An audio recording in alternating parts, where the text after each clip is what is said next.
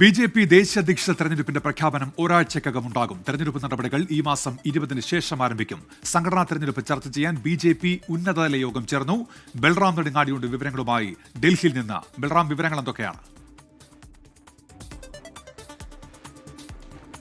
Unmesh, BJP. ദേശീയ അധ്യക്ഷൻ JP. നദ്ദയുടെ കാലാവധി പൂർത്തിയാക്കി ഏറെ നാളായിട്ടുണ്ട്. അദ്ദേഹത്തിന് ലോക്സഭാ തെരഞ്ഞെടുപ്പിനെ തുടർന്ന് കഴിഞ്ഞ 2023 അദ്ദേഹത്തിന് കാലാവധി 1 വർഷം നീട്ടി നൽകിയിരുന്നു.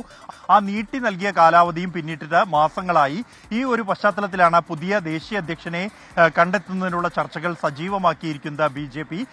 ഈ ദേശീയ അധ്യക്ഷനെ തിരഞ്ഞെടുക്കാനുള്ള തെരഞ്ഞെടുപ്പിന്റെ പ്രഖ്യാപനം ഉടൻ തന്നെ ഒരാഴ്ചക്കകം ഉണ്ടാകുമെന്നാണ് ബി.ജെ.പി. ഉന്നത വൃത്തങ്ങളിൽ നിന്നും ലഭിക്കുന്ന സൂചന. ഈ മാസം 20-ന് ശേഷം തെരഞ്ഞെടുപ്പ് നടപടികളുമായി മുന്നോട്ട് പോകാനാണ് ബി.ജെ.പി. ഉന്നതതല യോഗത്തിൽ തീരുമാനിച്ചിരിക്കുന്നത്. അതിനു മുമ്പായി ചില സംസ്ഥാനങ്ങളിലെ അധ്യക്ഷന്മാരെ കൂടി തെരഞ്ഞെടുക്കേണ്ടതുണ്ട്. അതിൽ പ്രധാനമായും പശ്ചിമ ബംഗാൾ, ഉത്തർപ്രദേശ് അടക്കമുള്ള സംസ്ഥാനങ്ങൾക്കാണ്, കർണാടക അടക്കമുള്ള സംസ്ഥാനങ്ങൾക്കാണ് പുതിയ അധ്യക്ഷന്മാരെ തെരഞ്ഞെടുക്കേണ്ടത്. 3 ദിവസത്തിനകം ഈ സംസ്ഥാന അധ്യക്ഷന്മാരുടെ പ്രഖ്യാപനം ഉണ്ടാകുമെന്നാണ് ബി.ജെ.പി. വൃത്തങ്ങളിൽ നിന്നും ലഭിക്കുന്ന സൂചന.